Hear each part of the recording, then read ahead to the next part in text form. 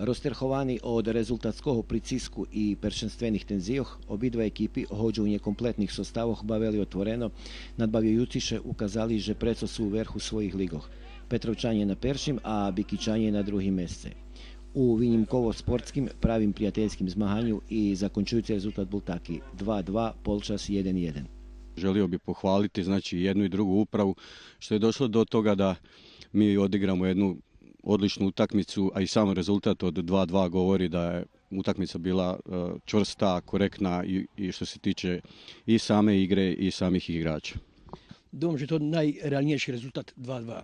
Zmaganje bilo po mnje baš dobre, međutim, dom, že ipak malo še vidi, že je kraj sezoni, umor pri igračkah. Думам, že ipak trebalo biti malo ljepši kvalitet.